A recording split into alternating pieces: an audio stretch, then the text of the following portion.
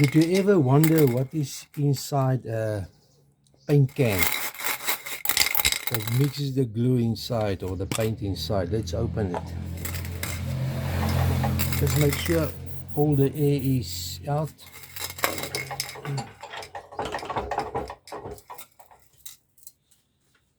Just gonna cut it.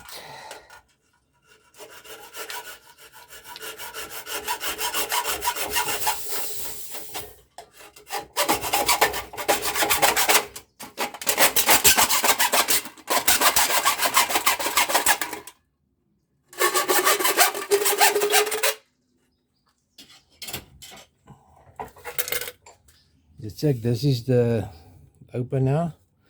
This is the mechanism. This is a little pipe that takes the paint from the bottom. Look inside there. It's like balls.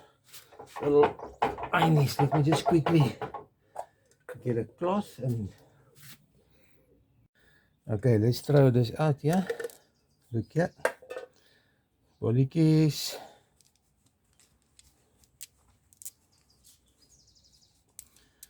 You remember this in school when you play like this. We used to call this eyenies, like glass balls. That's what they used to mix the paint inside. But this is what they use. Very interesting.